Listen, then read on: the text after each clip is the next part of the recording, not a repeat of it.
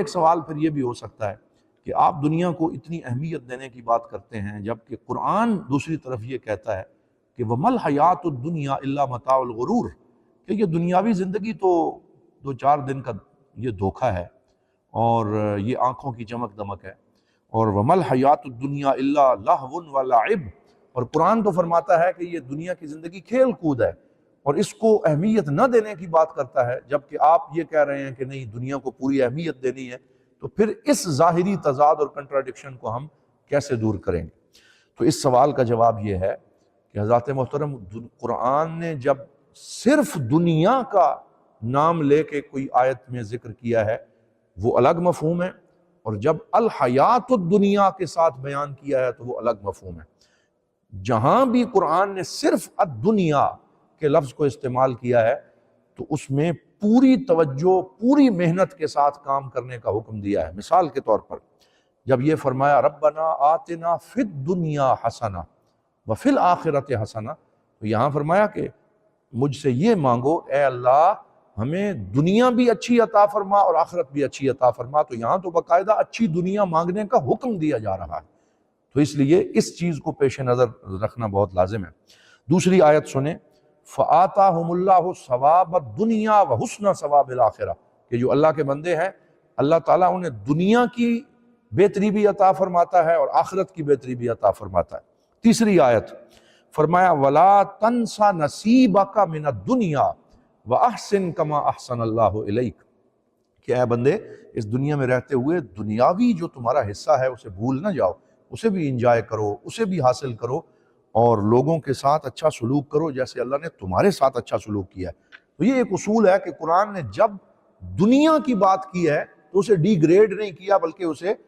Parallel بیان کرتے ہوئے اس کی خیر مانگنے کا حکم بھی دیا ہے، اور فرمایا جو میرے بندے ہیں میں انہیں دنیا کی بھلائی بھی عطا فرماتا ہوں اور آخرت کی بھلائی بھی عطا فرماتا ہوں۔ تو جب حیات الدنیا کی بات کی ہے انورٹڈ کامز میں کہوں گا، اس وقت قرآن حکیم نے دنیا کے ساتھ ہمارے غلط تعامل کی مذمت کی ہے، یعنی وہ لوگ جو دنیا کے ساتھ اپنا تعامل اور اپنا سلوک کرتے ہوئے اللہ کو بھول جاتے ہیں، لہو و لعب میں مبتلا ہو جاتے ہیں، آخرت کو بھول جاتے ہیں، تو جہاں بھی الحیات الدنیا کی بات فرمائی ہے تو وہاں اس مفہوم کو پیش نظر رکھ کے مذمت کی ہے۔ جو آدمی آخرت پہ اور اللہ کی رضا پہ نظر رکھتے ہوئے اخلاص کے ساتھ دنیا کے کام کرتا ہے اس کی تو تعریف فرمائی ہے، لیکن جو الحیات الدنیا کو غفلت کے ساتھ اور لہو و لعب کے ساتھ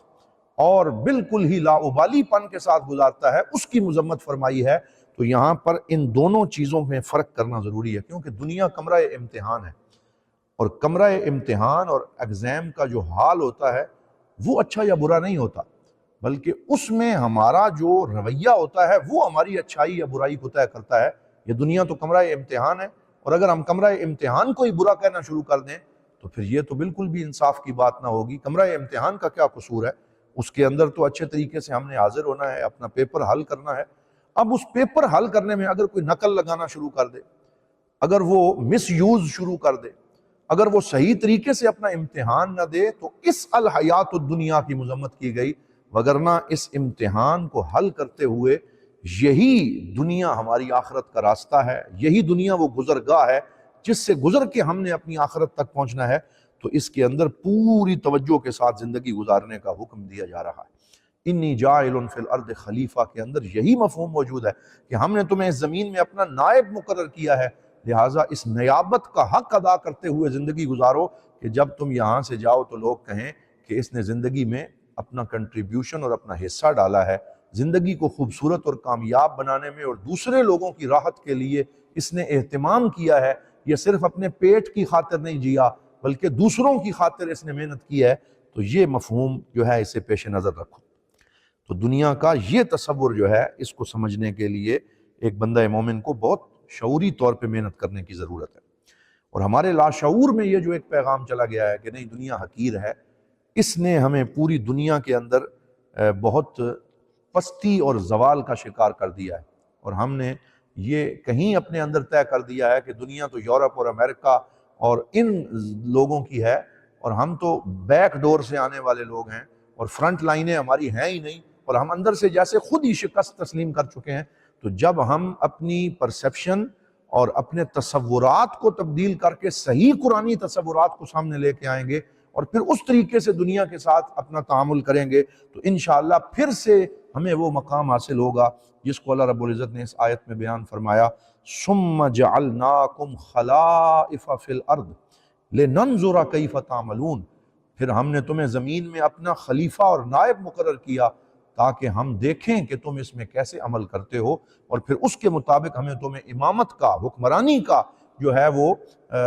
یہاں پہ شرف عطا فرمائیں، جیسے اللہ تعالیٰ نے فرمایا لَيَسْتَخْلِفَنَّهُمْ فِي الْأَرْضِ كَمَا اسْتَخْلَفَ الَّذِينَ مِن قَبْلِهِمْ، ہم ضرور اپنے بندوں کو اس زمین میں حکمرانی عطا فرمائیں گے جیسے ہم نے پہلے بندوں کو حکمرانی عطا فرمائی۔ تو یہ تو زمین میں استخلاف کی بات ہے، خلافت کی بات ہے، حکمرانی کی بات ہے، لیڈنگ کی بات ہے، اور آگے بڑھ کے قائدانہ کردار ادا کرنے کی بات اور وعدہ اللہ رب العزت فرما رہا ہے۔ اس لیے آج کے اس پروگرام کا جو کرکس ہے وہ یہی ہے کہ آئیے سیرت النبی صلی اللہ علیہ وسلم کو سمجھتے ہوئے دنیاوی معاملات کے اندر بھی اسی اخلاص اور محنت سے اپنے کام سر انجام دیں جیسے ہم اپنی آخرت کے لیے کرتے ہیں، کیونکہ الدنیا مزرعۃ الآخرہ، دنیا ہی آخرت کے لیے